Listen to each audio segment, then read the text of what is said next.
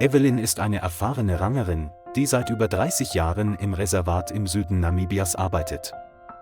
Sie ist als Mutter des Waldes bekannt und besitzt ein großzügiges Herz und außergewöhnlichen Mut. Sie widmete ihr Leben der Tierwelt, insbesondere verletzten oder ausgesetzten Tieren. An einem trockenen Nachmittag vor 5 Jahren erhielt sie Berichte über ein leises Brüllen aus den Büschen. Sie nahm ihren Erste-Hilfe-Kasten und ging direkt in die dornige, verbrannte Erde und das verbrannte Gras.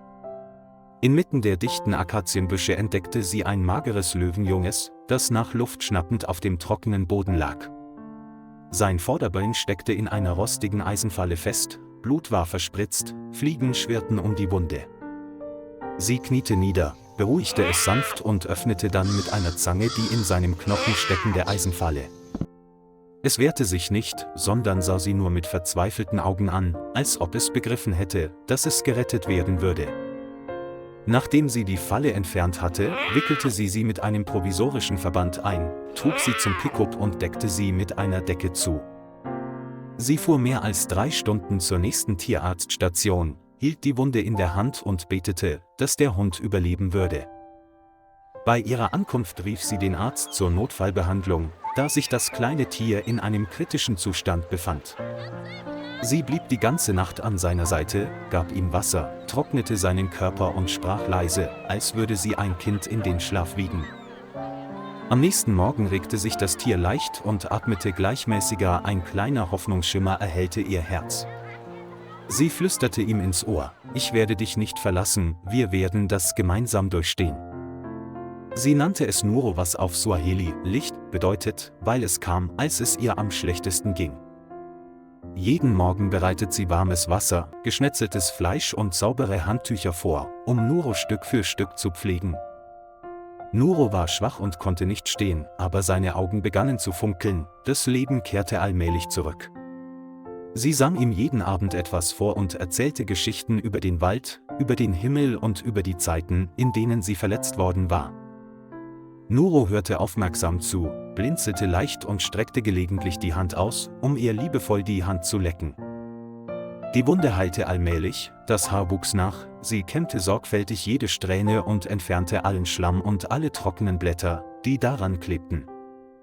Ich habe noch nie gesehen, dass sich ein Löwe unter solchen Umständen so schnell erholt, sagte der Tierarzt. Nuro richtete sich auf, zitternd, aber entschlossen, und sah sie an, als suchte er nach einer Motivation, sich zu bewegen. Sie führte es Schritt für Schritt durch den Käfig, wobei ihre Hand leicht den Kragen ihres alten, schweißgetränkten Hemdes hielt. Jede Nacht, wenn sie ihre Hand auf seinen Kopf legte, schloss Nuro die Augen und schlief tief und fest, als hätte er einen schönen Traum. Die junge Krankenschwester nannte sie die Dschungelgroßmutter, weil sie dieses einst sterbende Geschöpf so sehr liebte. Kindern, die in die Tierklinik kommen, wird von ihr außerdem beigebracht, sanft zu sein und vor genesenden Tieren nicht zu schreien. Nuro lernte allmählich, seinen Kopf an ihrer Hand zu reiben und sanft am Saum ihres Rocks zu ziehen, wenn er hungrig war oder eine vertraute Stimme hören wollte. Sie führte über jeden Tag von Nuros Genesung ein Tagebuch und zeichnete jede kleine Veränderung und jedes Geräusch auf, das er machte. Es war eine Zeit, die sie, den letzten Frühling meines alten Herzens, aber eine, in der die Liebe nie erlosch. Nachdem sich Nuros Gesundheitszustand stabilisiert hatte, begannen sie und die Ranger, ihn in Überlebenstechniken zu trainieren. Nuro lernte, sich zu verstecken und verfolgte geduldig seine Beute, kehrte jedoch immer dann zurück, um sie zu suchen, wenn er ein Pfeifen hörte. Sie platzierte im ganzen großen Käfig falsche Köder und brachte ihn dazu, wie ein echter wilder Löwe zu schnüffeln und sich anzuschleichen. Jedes Mal, wenn Nuro es richtig machte, belohnte sie ihn mit einem stolzen Blick und einem liebevollen Klaps auf den Hals. Es wuchs schnell und war fast so groß wie die Schultern eines Erwachsenen, hatte dickes Fell, scharfe Nägel und allmählich schärfere Augen, war aber immer noch sanft zu ihr.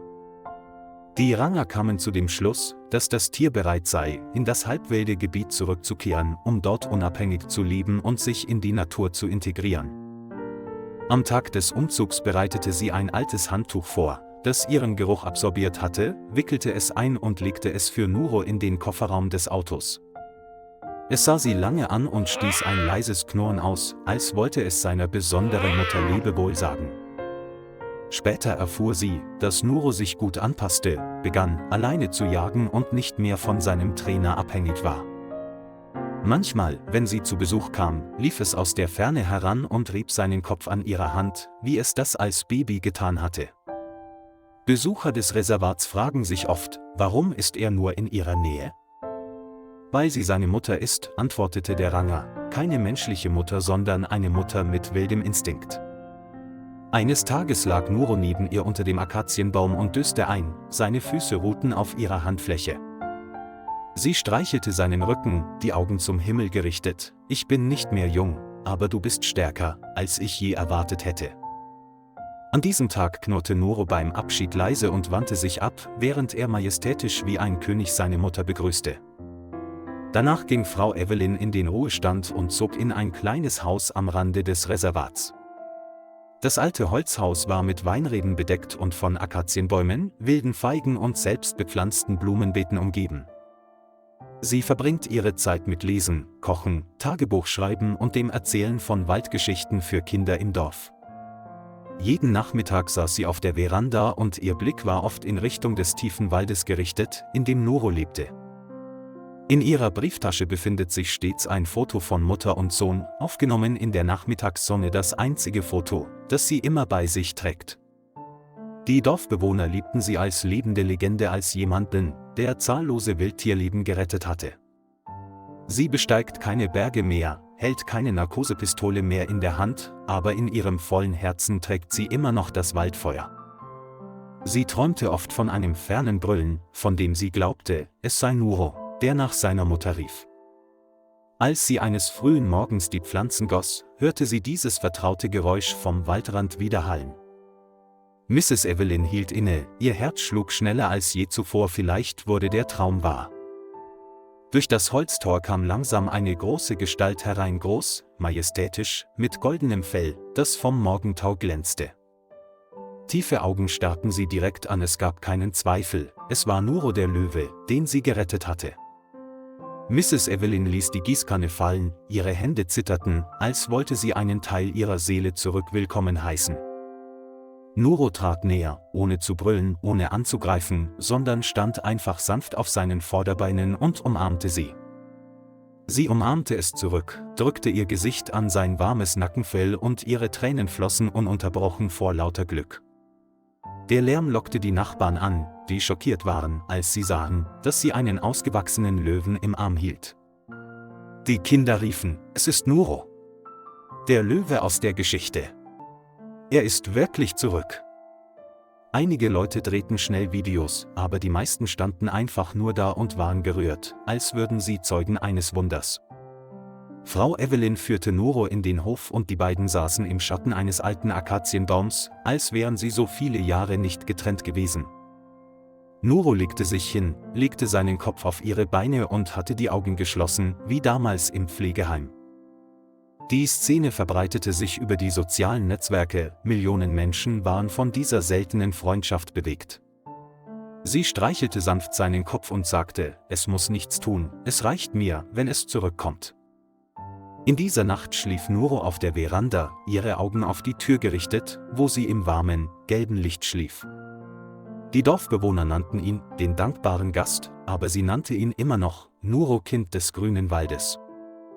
Was der morgige Tag bringen wird, weiß sie nicht, doch diesen Moment möchte sie für immer festhalten. Am nächsten Tag kamen Ranger zur Kontrolle und bestätigten, dass es sich tatsächlich um Nuro handelte, einen besonderen Löwen, der zuvor freigelassen worden war. Als sie sahen, dass Nuro gehorsam, sanft und anhänglich war, stimmten sie zu, ihn ein paar Tage bei sich zu lassen und ihn dann zurück in das Naturschutzgebiet zu bringen. Während dieser Zeit kochte sie frisches Fleisch für ihn und sprach mit ihm, als wären nie 5 Jahre vergangen. Nuro ging nicht weit, sondern lag einfach neben der Veranda, als wolle er sie vor allem auf der Welt beschützen. Am Tag des Abschieds umarmte sie ihn wieder lange und flüsterte, Mama wird immer über dich wachen, egal wo du bist. Nuro knurrte leise, rieb seinen Kopf an ihr und stieg dann ins Auto, den Blick immer noch auf die vertraute Veranda gerichtet. Nuro wurde in die halbwilde Gegend zurückgebracht, in der er gelebt hatte, wo er sich schnell wieder eingliederte und ein erfülltes Leben führte. Jeden Monat bekam Frau Evelyn einen besonderen Besuch und jedes Mal rannte sie aufgeregt wie ein Kind hinaus.